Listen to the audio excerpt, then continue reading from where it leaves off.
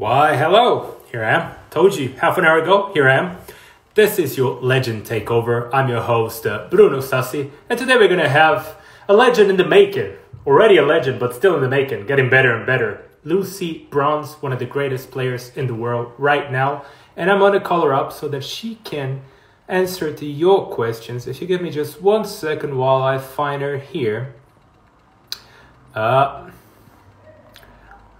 Where's Lucy? She's about to be online right now. I had a bit of a trouble connecting before, but she seems to be alive and kicking, just waiting for us for our invitation. I'll find her here. We know this story way too well of not necessarily finding who we want. There she is, Lucy Bronze.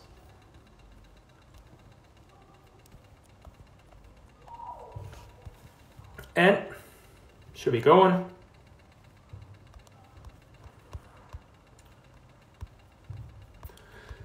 Lucy Bronze, invitation is through. She should be here with us in just 1 second. We know how these things go. There she is. I just found her. Go live with Lucy Bronze. Yes, sure. Why not? She's waiting for us. We're waiting for her.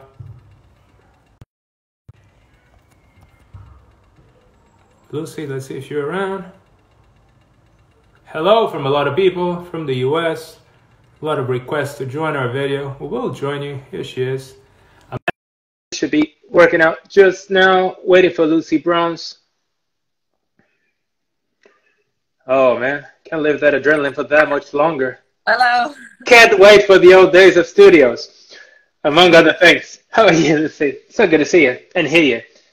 I know, we got it working in the end. Yeah, we did. It's always a bit of a thing. We have so many users, so many followers that it's hard to sift through all of it and find the one we want to talk to and the one they want to talk to. They want to hear from you. First of all, how are you doing through these very tough times everywhere in the world? Where are you? How's life been these last few weeks now? I'm good. I'm in England. I'm in Manchester, which is where my house is based in England. So I left Lyon a couple of weeks ago because obviously training finished. Yeah. But I'm doing good. I've transformed my spare room into a gym. And I've got a football tennis net and a lot of footballs in the back garden, which I'm getting to get touches on the ball every day. So, I mean, the sun's shining currently in England, which I think we're all grateful for. But I've got a nice garden, so I'm keeping myself occupied. I'm definitely on the positive side of things still at the moment. Yeah, but that's good to hear because they're not easy times and we're all trying to find a way to go through them and to keep ourselves positive. And I can only imagine that for whoever is an athlete, like a professional athlete like you, it's not easy to find your balance and find your rhythm, no matter how privileged you are to have the situation that you have, that we have, but still, right? No, definitely. You know, any athletes don't really want to be stuck at home in whether it's football or a different sport. But I'm getting through it. You know, it's only been a couple of weeks, so I think we can all get by for a few weeks. At home and get by for a few weeks more, because you know in the long run it's for the best, really. That's what we've got to put it in for perspective. Everyone. You know, there's a bigger perspective than just football right now, so I think we can all look on the positive side of it. Clearly, without a doubt. And in fact, like your ways of working out, they're becoming quite popular, aren't they? I know it's become a thing all over the internet, but like your challenges and workouts all over TikTok, Instagram, all kinds of platforms. But it's the way to pass time. Tell us a bit. We have actually one question from a user. I think it's from Twitter. Yes, from Twitter. Tell us a bit about your workout routine at home. Can you help encourage my daughter that the work today will pay off when the games restart? Well, my routine for one is actually really, really long. It takes up half my day. I'm out on my back garden for like an hour and a half, kicking footballs about, running around the garden. Like I said, I've made a little gym, but I think it's most little stuff that you could do at home anyway. But I'm in there for like an hour, and then I'm fortunate enough that I've got a gym bike at home as well, a watt bike. So I'm then on that for another 40 minutes doing a different session, and that's pretty much every other day. But I mean, it's hard doing that. You know, I finish and I'm absolutely sweating, and I just think, imagine if I don't do this now, what I'm going to be when I come back on the football. I'm just going to be panting and puffing all over the place. So it's worth doing now. And the thing is, as well, the interesting thing is, I just had a little injury before, and it's the perfect time to kind of center yourself in again. Yeah. Get all these little things right, because you know when you're playing football and you're training every single day, there's all these little things that you're supposed to be doing, your physio and your stretching, and now I've got so much time to do all these extra little things that I'm actually probably in a better place. My body's actually feeling really good, but I'm still working hard. That's actually very interesting. Of course, I mean, you made it all very clear. The most important thing is for humanity to be fine, for us to be safe and sound and healthy, clearly. Football is not in the first place here.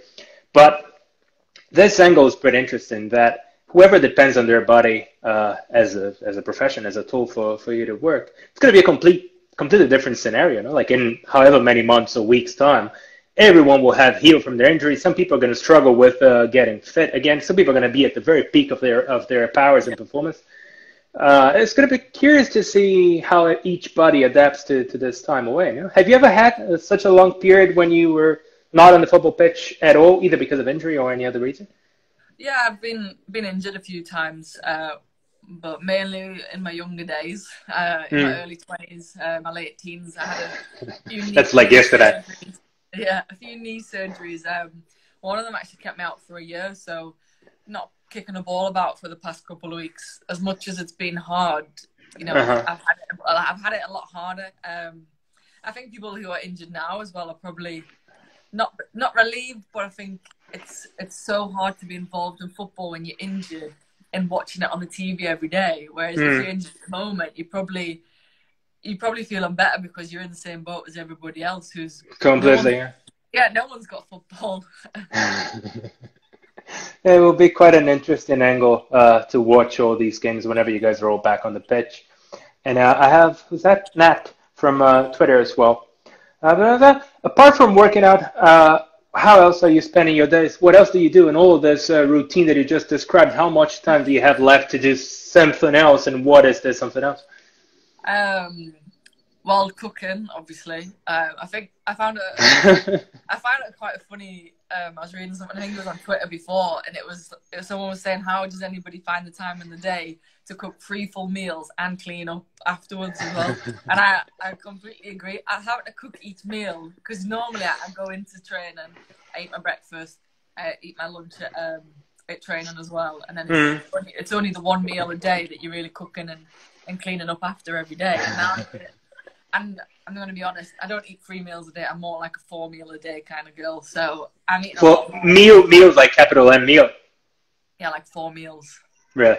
Yeah. Based out, I get too hungry. Well, if I eat just 3, I end up just snacking, which is like I eat yogurt and fruit, but you know, I have got a bit of a sweet tooth, so I'm like, it's better that I just eat 4 meals. I'm just going to go for 4 meals of change.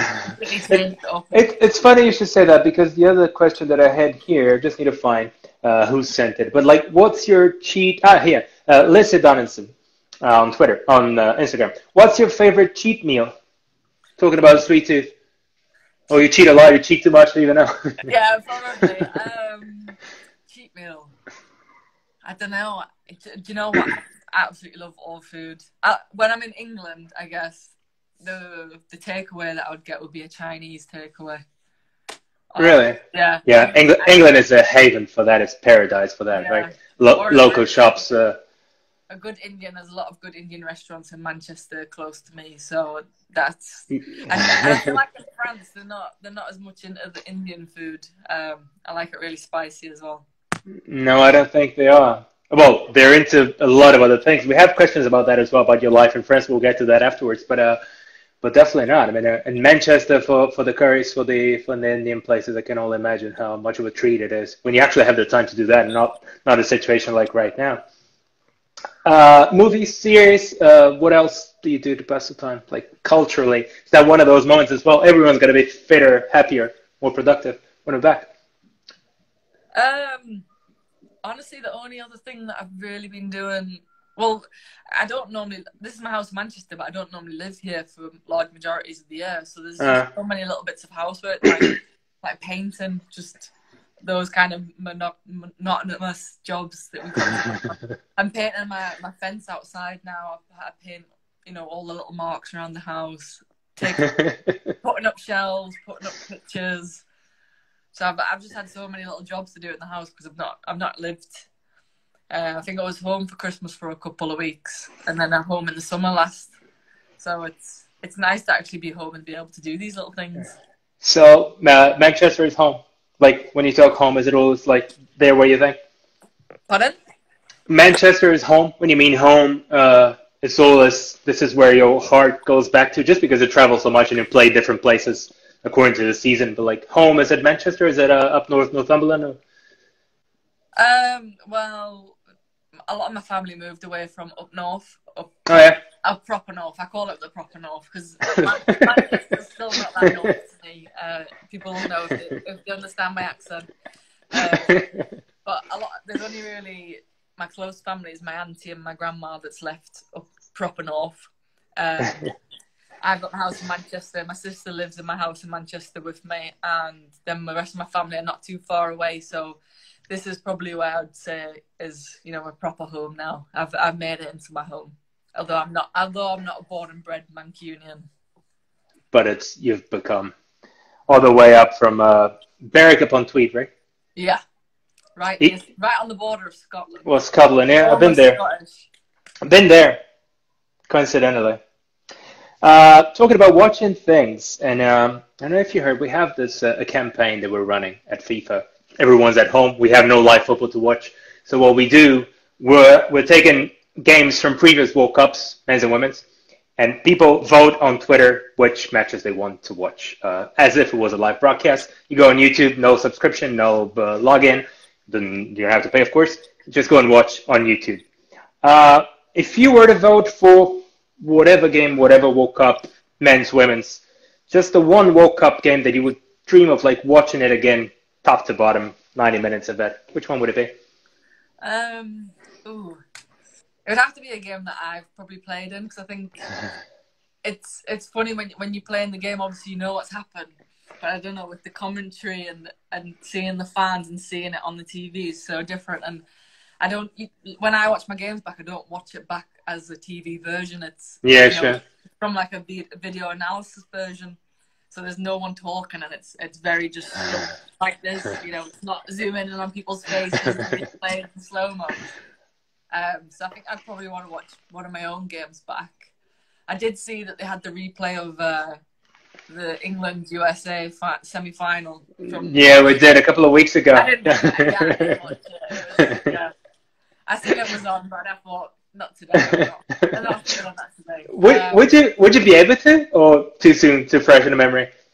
Too fresh. I don't think I ever will. The same as the World Cup previously, the 2015, when we got beat by Japan. I didn't watch that game back, and I didn't. I can only imagine, yeah. I didn't watch either final either. I know that's poor. I normally watch all the games. And when I'm in a World Cup, I watch all the games, other games. But if you're in the semi-final, you get beat. I just can't. I can't watch the final. It hurts my hard. So if I had to watch a game back, maybe it's 2015. Maybe the game that we played against Canada. Canada, you scored that game as well, right? Both Canada and Norway scored, right? Yeah, but I think that was kind of the game where I was just like, whoa, that was my first World Cup. I was starting it right back. I scored, but we were playing the host nation, and Canada had such a great tournament in terms of the whole support, the whole of the fans. It was just crazy. So to have played them in their big stadium, and obviously we won as well, which was fantastic. But I think that was probably a game that I would like to watch back. I'll try to hook you up with it. Let me see if I can move some strings here. But I was just thinking about that. So next Monday we have another Women's World Cup game. It's always on the Mondays. We have Germany, Sweden from 2003. And I was just thinking, like, girls from your generation, I think a lot of the reference you have is probably with the men's game, no? Unfortunately, it still is. So it will be quite a difference for whoever's growing up now. I think this is the meaning of a World Cup like the last one in France, no? That girls are going to start, if we have the same project in, 15 years' time, they're going to have quite an array of great games they remember from the women's game and not from the men's. I can't imagine you grew up watching men's football more than anything because of a lack of option in the first place, right? Yeah, definitely. I'm trying to think. I remember watching an England women's game when they was in the World Cup and they played France. It must have been 2011 or something, because you just couldn't find it. You know, or it wasn't even, no one was telling you where it was, and then you couldn't find it, or it was a silly time or on a silly channel. Whereas now, it's so easy for people to watch it and for little girls and boys to get the TV on and put England women's on. So I never really watched women's games on TV, and then it was almost of a sudden I missed that section out, and I was the player on the TV. Yeah, that's it. No, that's exactly that. Yeah, it literally was that. But yeah, I mean, me and my brother used to watch football all the time when we was younger. He was a big Man United fan, so always used to have to watch the games with him. But I don't think there's a way for us meaning people who are alive right now, to realize how much of a milestone that World Cup and what we're going through right now is. Just the fact that whoever is coming after you is going to be able to watch your games and not Teddy Sheringham's. Like, it's really a woman like you, whoever's a little girl's turn to play football right now. Yeah, no, yeah, and it's funny because my mum always says things like that because she's not quite used to it when people are because she's a teacher, so obviously her name's Mrs. Bronze. Oh, there's a footballer, Lucy Bronze. Do you know? Like, yeah, that's anyone that knows Mum knows that she's proud of that. But no, it is funny. I think I probably, because it's your own life, you don't really recognise it. But I notice it when other people do it with, the girls that I play with, and they're starstruck by them, or they speak about the games, and it'll be nice in 10, 20 years time to look back and to see people, like you say, talking about the games that happened in the history of women's football, because so many of people have been watching it and following it now.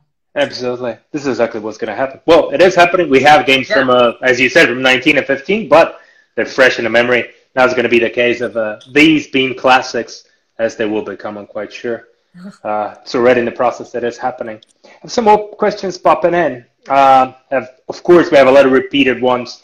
There's a section that we're trying to compile every time. Oh, look at this here. Olympique Lyon says hi. I don't know if you've seen in the chat out there. Falcao, the Brazilian, one of the greatest futsal players of all time, if not the greatest. He's around there. He's said hi to a lot of people. Fan of yours. Lots of questions that go right about the same path. Best of, superlatives, greatest, most. Rick Pytlik asks, who's the most difficult player you've ever gone against? Let's do the thing. Okay. Defensively, like, you're as a defender, whoever is the most difficult for you to guard and defend, and the other way around, when you're attacking, who's the toughest defender? Just like evolving a bit his question. I think of current players. Well, you've ever gone against. I think we can talk about whoever. If anyone's ready to retire, go on. As I've got older, not that it's got easier, but you learn how to defend better. You get quicker, stronger, faster, smarter. So I remember one of my first games as a kind of a semi-professional when I played for Everton, and we played against Arsenal, and it was the first time I played against Kelly Smith. She probably wasn't in her prime, but she was still easily the best player in the league and the best English player. And I remember playing up against her, and I literally would be looking one way, and she was there, and I turned my head, and she was gone somewhere else. I try and get the ball off her, she just stop it on her foot. Everything was just so easy. I think that was the first time when I played against this kind of world class player, and I just thought, wow. And I always remember I must have only been about 19, so I probably wasn't that great of a player anyway, but I remember she came. No, you're probably awful. Can't imagine. Come on. I think I was a very much a brute, and I still had the same mentality. But I think I've improved as time's gone on. But I remember she came up to me at the end of the game and shook my hand, and she was like, "You played really well today." And I ran off the pitch and I went up to my mum and I said, "Kelly Smith just said that I played really well." I said, I didn't know where she was. I didn't touch the ball, but she just said I played well, so I must have played well. But I always remember that game thinking, I don't know where she is, what she's doing, and how to take the ball off this woman. Oh, that is amazing. That's beautiful. Along these same lines, Christina asks, go thinking as I said, the best goalkeeper, defender, midfielder, striker, right now, in your opinion, around the world. Oh, right now. Yeah, Oh, now have nobody, to nobody, pick nobody. up game. Um, The goal one, goalkeeper, off the top of goalkeeper. your head. No one's gonna be I think frustrated. Come on. goalkeeper's a hard one because I think there's a lot of goalkeepers at the minute who have got their kind of niche and they're all kind of good at their own thing. Mm-hmm. So it's kind of hard to pick one that's an all-round the best goalkeeper. Obviously, that goalkeeper at Leon, Buhadi, she's really, really unbelievable with her feet. But then, do you know what? I like our England goalkeeper, Karen Bardsley. She's actually injured at the minute, and I know it's a bit biased, but at shot stopping, she's just a monster. And her hands must be about this big. The ball literally looks like this in her hand. She's just one of them that when you train and playing five-a-side, she's in my goal. I'm thinking, well, no one's going to score against her. It doesn't really matter. So she's one of my favourite goalkeepers to play with because obviously I'm in front of her. That's that safety net behind you. That's her job, and she's got Feels that good. Yeah. So I think I'm a bit biased because that's someone who I've played with a lot in my career, and I feel that with that relationship that we've got. Mm-hmm. Best defender. Not named Lucy. Also, again, I'm probably biased. Grinch Umbok Batty, I play at Lyon with her, French centre half.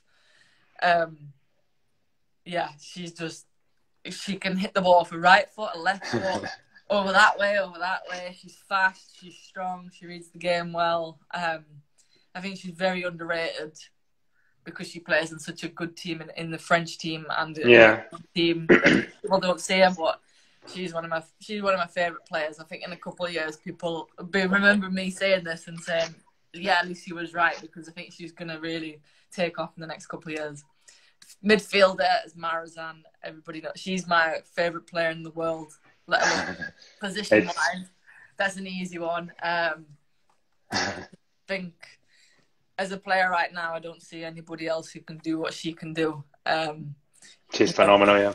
Yeah, like the talent that she's got, you don't see. I don't see that in any current women's player right now. I don't see the talent that she's got in that.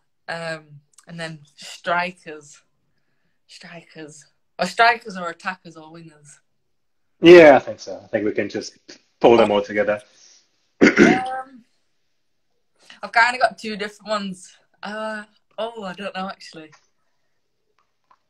I'm not here to help. I'm just listening.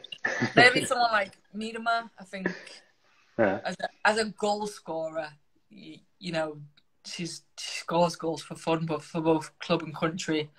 If you put, she's the one who's scoring all the goals. You can't really, there's no one really matching her for that. For that, I'm on both her international and a domestic level. So she's probably got to be the striker that's in current form right now. That's good. Yeah, that's slightly left field. Yeah, it's a slightly left field, slightly less obvious, but you have a thought process behind it. And talk about positions. I joke, best defender not named Lucy. How's this thing of moving to play midfield? Under Phil Neville with England. Are you convinced? Are you happy? What are the pros and cons? Talk me through a bit the idea of moving from wing back from the right back position to the midfield. I enjoy it. I think it's finished with now. We only tried it for a couple of games.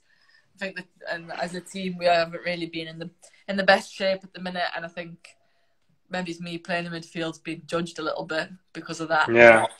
I think it was something that we tried. I've nailed down right back. I love right back. I prefer playing there. I know it's my position. Phil knows it's my best position. But ultimately, a team and a squad's not about one player and about one player playing well. If I can add something, people might think, "Oh, she's not playing as well." But if I can help the team play better from playing that position, maybe my game might suffer a little bit. but I think I can do things in there. And, you know, especially off the back of the World Cup, people, you know, we had Jordan Nobbs, who was injured, coming back from injury.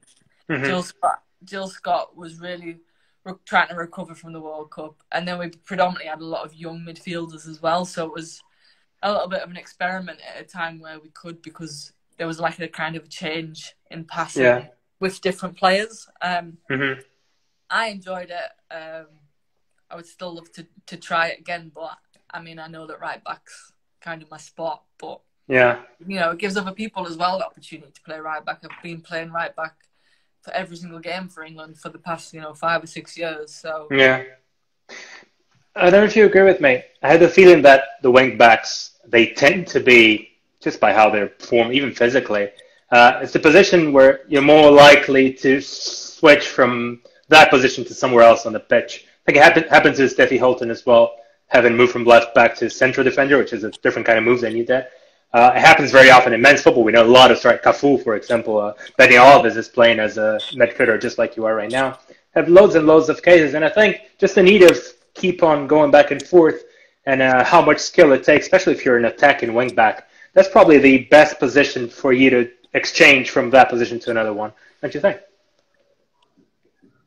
Yeah, I find the transition easy. I think the only thing is obviously receiving the ball in a completely different place. But physically and wanting the physical attributes, it translates really easy for me. You know, as a fullback, everybody sees me in one box, then the other, then the other, then the other. Something that you want to see from your midfielder. You know, we was just trying to move some of my attributes from a fullback into a midfield position where ultimately, like, you know, you should be able to get on the ball more as a midfielder than as a right back. So it's something that we tried. I felt comfortable doing it. But I mean, we've got so many great midfielders now. We've got so many great players in general at England that everyone's fighting for different positions, and a couple of different players trying out a couple of different positions because of that. Talking about shirts, we discussed very quickly beforehand. Yeah, I've got you have one? Yeah. Really? Did you find something? So I went and rooted around some of my shirts to see if there was something quite cool. I've got shirts from other teams. I've got a lot of shirts, but they're all packed. I noticed that I packed them all away in the cupboard. I actually don't have anything. Really? And I thought, actually, I've got one shirt. Really? Yeah. Is that a byproduct of your staying at home and what's the name of the chick? Mary Kondo? Yeah. Well, actually, it's crazy because you think, you know, I've played in World Cups. I made my senior debut. I've captained England, and this is the only shirt in my entire collection of shirts, or all my playing shirts. This is the only one that I've even got framed, let alone not stuffed away in a bag. Oh, really? Yeah. Framed, as in like properly framed with a. Well, my dad framed it for me when this kind of gives it away, when I was like 17. This is my very, very, very first England shirt when I played for like the under 17s. Ah, really? Wow! Look at that. School. It's so, and it's literally the one I wore because it's got a stain on it. Look. Oh wow! Even the stain is right there. Yeah. That is fascinating. Can I have a look at the look and feel there where you have the number? Ah, that is really cool. It's amazing. It's the only one that's framed. Yeah, it's the only one that I've got framed. My dad framed it for me when I was like 17. We played like a mini tournament in Holland. It was my second ever call-up for England at a youth age group. And I started the game against Scotland. I think we won maybe, I can't remember what the score was now. Maybe it's 2-1 or 2-0.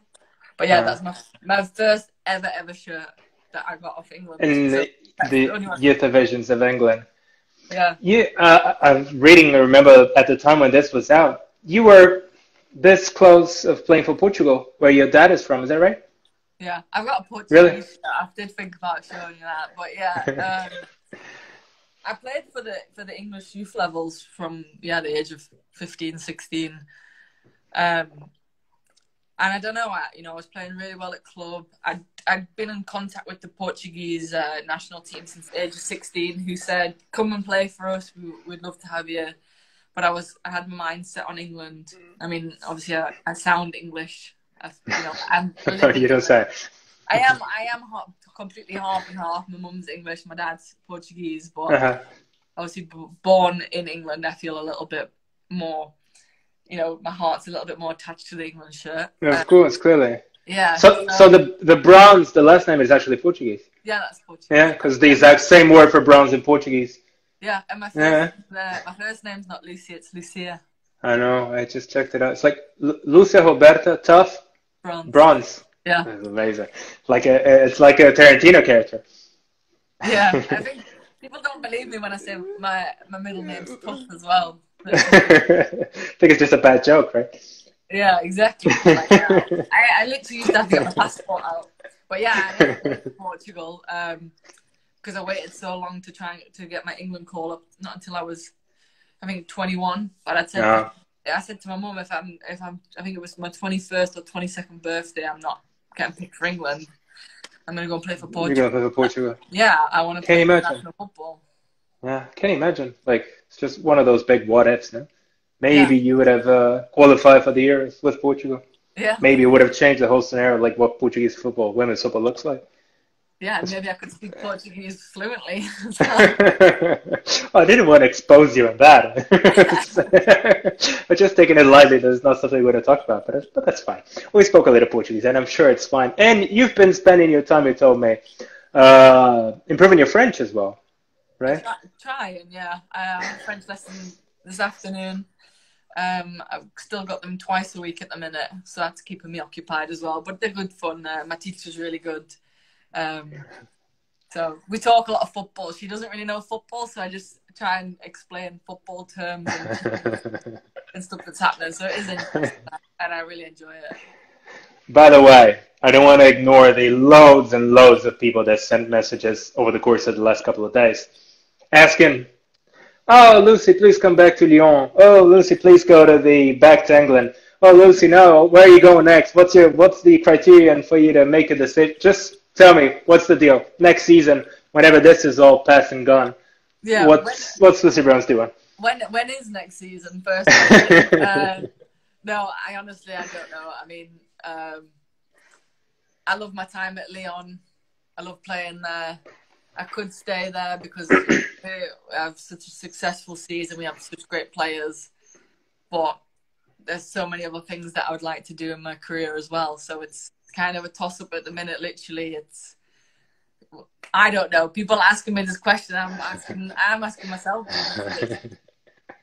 It was just 1 minute long, 1 second that I mentioned that. We start with, stay in Lyon, Lucy. So you go thinking about it. We have some time. Even for that, it's good. Yeah. You have a few weeks for you to make up your mind. I'll go through another few. We had so many questions, and so many of them were so interesting.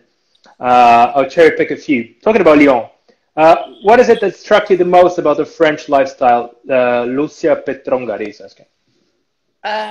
Probably how much bread they all eat.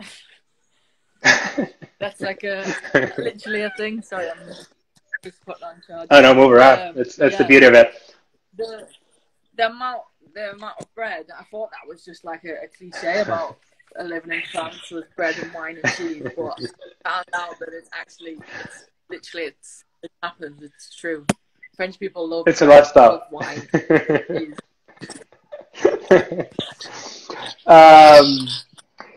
Let me choose another one here. It's a bit more personal, a bit funnier. This one's nice. Your tattoos. Why did you choose to get that tattoo on your wrist? That tattoo, can we see it? It's your wrist, right? Yeah. It doesn't show. We have that? So yeah. It doesn't What's show that? well when I do it like this. What's that, if you don't mind telling the world? Yeah, I got off my first tattoo when I was like 17 or something.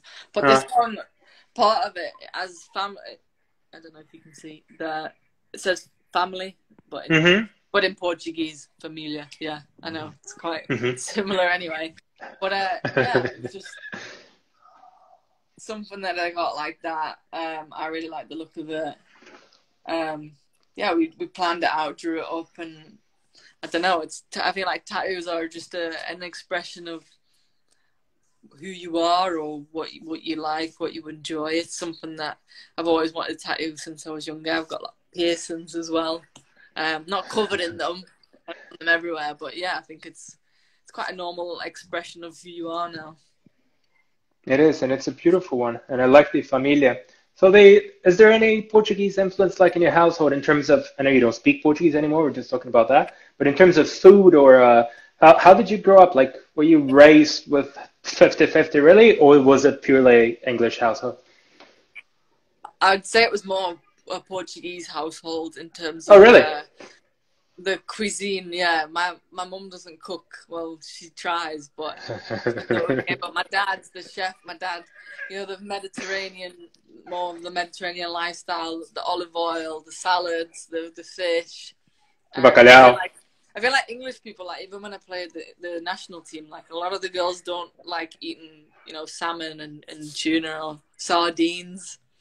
Mm-hmm. These are stuff that I've been raised eating all this lovely Mediterranean food. My dad was the one who cooked at home, so I've been brought up like that. I eat at the same time as an English person. No, I don't eat late at night like Portuguese people. I can't do Oh, that. you don't? That was my next question. Like the No. the circadian rhythm is English. Yeah, when we go to Portugal, my mum's like, "Oh, we're gonna have to eat, an extra tea before we go out for tea with the rest of the family because it's so." Someone asked something. Let me just try to find the name because there are so many people asking questions. Here it is. Arsenal Lionesses. Well, do you support both Portugal and England in football? Of course, if you're playing for England against Portugal, you don't even have to go there. Yeah, But even other than that, yeah. yeah, even like we played Portugal in the Euros the last Yeah, Euros. no. I didn't get to play, which I was pretty gutted about. But I always want them to do well, even though I don't play for them. It's hard when you play against them, but I still want them to do well. Yeah, when I watch them, even the men's on the TV, I just count myself lucky that I've got two teams to support. That is really good. Um, Anyways, Advance and Jim, you kind of talked about that already. This one I wanted. Who's the funniest person at England camp? Jordan asked that on Instagram. The funniest person. I think Jill Scott's the one who tries You to sure? be the funniest. Yeah, she's got some interesting dance moves She's and good at that. like that. We've got a lot of the kids who are coming through now who are a little bit of pranksters. They fancy themselves as a bit of pranksters and stuff.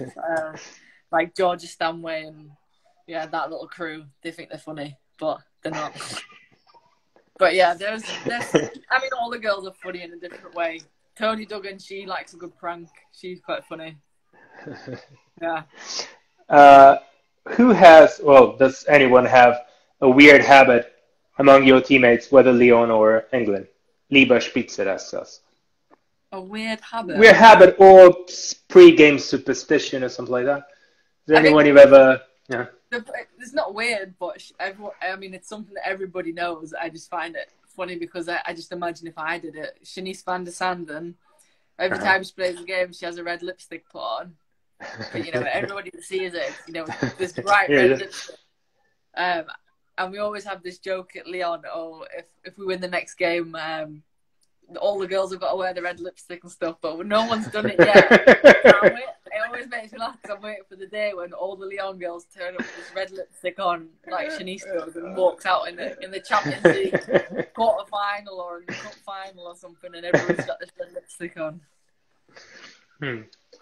A lipstick flash mob. There's so many layers that still have to be broken and considered to be normal. No? If you think women's football, like we're talking about things, even just young pranksters, like you said, I can only imagine for them playing with you, it means something completely different than what it did for you as a teenager, starting to play with other girls that were pretty much in the same situation because women's football is just getting started. Like now that women's football is on the rise and you're seen in different eyes, can you like position yourself, like put yourself in their shoes and imagine what it will be to have someone who you know from TV, for example, that you're playing with him? A little bit. I think I was just on the edges of where I kind of felt like that when when I started to play at England, and there was some girls on the team that had seen a little bit on TV or Yeah. in the newspaper who I was kind of starstruck by, and these were my idols. Although for only a short period of time, they weren't people that I grew up watching, but in my kind of teenage years, they were people that I'd started to see. So I can't imagine now, some of these little girls who have had these idols on the TV from the day they were born now, and they could be coming through to playing with them in the future. I think that would be crazy to think about. It'd be crazy to me that a little girl could do that to me. I mean, it would make me feel really old. I'm starting to feel like that now when some people are saying, "Oh, I want to play with you," and I'm thinking, I'm not that Well, old. it's the times that are changing fast, right? Yeah. Where you're still young and you're already a legend, just like it's literally like what I said in the beginning. I think it's when you hit that 30 number, that's when people start to change the conversation about when are you going to finish. So I'm still not there yet. I've still got. Oh please, no, there are ages for that. Not enough for the 30, maybe No, like for us to talk about. I'm here with Carly Lloyd. I'm going for a long time. Before we close this out, I have a very important thing I want to talk about. Nyla Bronze. Oh yeah, she's down. Where is she? I thought she was gonna be. Oh, she's downstairs. I thought we were gonna see her like popping around, like jumping up and on and off the screen. No, it's quite late on. What's the time? It's quarter to 7. It's quarter to 7 there. Yeah, quarter 8 here. Yeah, so she's probably just about to settle down to go to bed. She sleeps because we're home all the time now. I'm taking her out for a couple of hours every day. Run around in the garden. We play football together. She's now learned that she loves footballs. So she's absolutely knackered. She goes to sleep at like 7 o'clock, 7:30, and she doesn't get up until 10 o'clock the next day. Nyla Bronze, for whoever hasn't gotten it, is the second most famous bronze in the whole world, I would say, right? Like she's right there with you right now. She's got like over 3,000 followers on Instagram, I would say. Still far from you, but at Nyla Bronze, is that what it is? Yeah, I think so, yeah. And she's a white, help me out here, what terrier? A West Highland Terrier. There you go. And she's lovely. She's fantastic. And there's a question from a user that's hard to pronounce here. Very nice question. How's Nyla getting on with her crafts training? Oh, yeah. Crafts, for whoever is not from England or doesn't know, it's like the most famous, I think it's the most famous dog show. One of those that they have to go through exercises, they're groomed and calmed, and people have to vote for them, and they're judges. It's pretty serious stuff. Yeah, so tell me. It's pretty serious stuff. They do slaloms, little jumps. Yeah, I tried to create like a mini crufts in the garden for a few days, but she's kind of gone off it now. She prefers to play football, so every time I'm playing football now, I have to throw it up and she goes chasing the ball.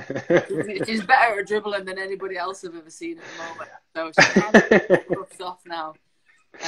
She's gone on to football. She's like a child, just turning her attention to the next game. But it was good fun. I made like a little balance board and she had to walk along it. I think she was a little bit scared of the height, so we kind of give up on that one. Let's see, last one. Sportsfan6789. Can you see yourself having a managerial career in the future? Not only that, but I know there's a long way to go. We're just talking about that. You're going to play for another 15 years, 20 maybe? Yeah. After that, is there anything that interests you, either in the world of sports or within any other realm? I used to think, I used to think I didn't want to coach at all. I used to think, no, it's not for me, but I think as I've gotten older and I've kind of taken more of a leadership role within England and within the teams that I play in, and you just mature anyway, I actually quite enjoy that. Whereas when I was younger, I used to be like, no, I'm not coaching.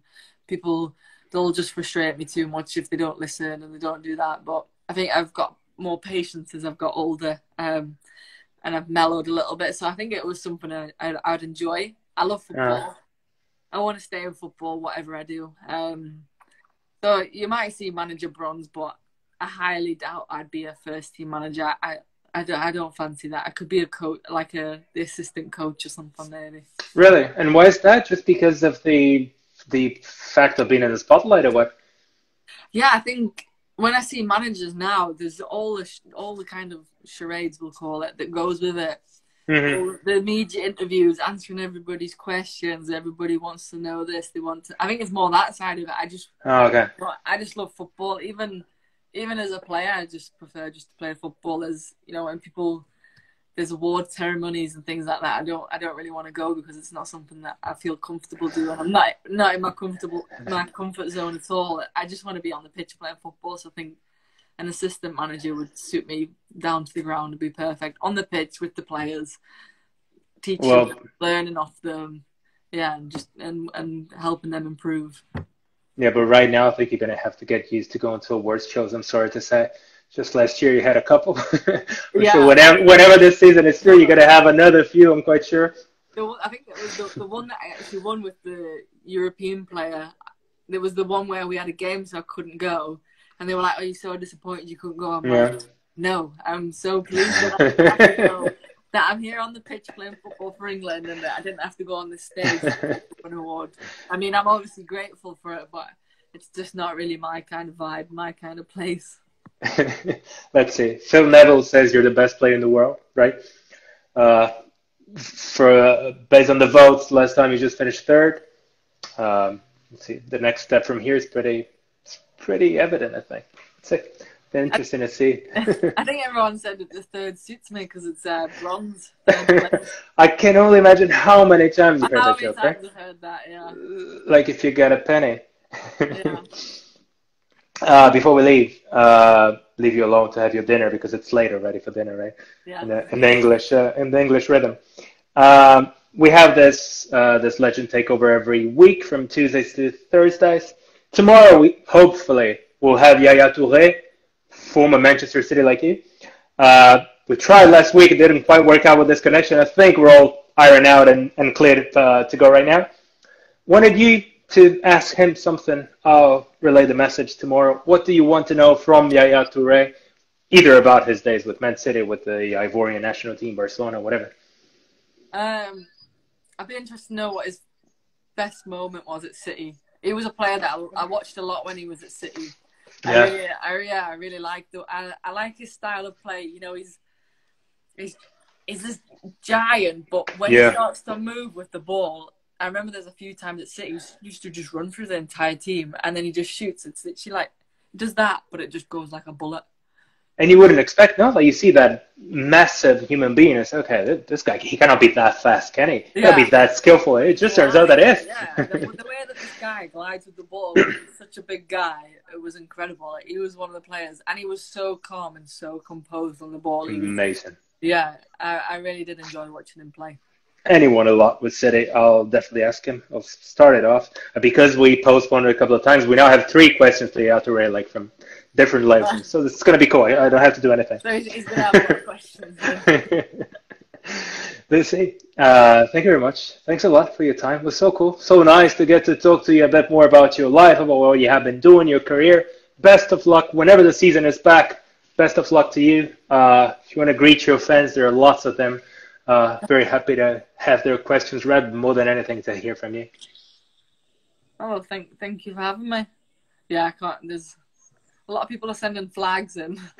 People love that, and it's pretty cool. We have if you just realize how many of them we have, how many different ones we have, it's really people from the whole world watching us. So Lucy, thanks again for that.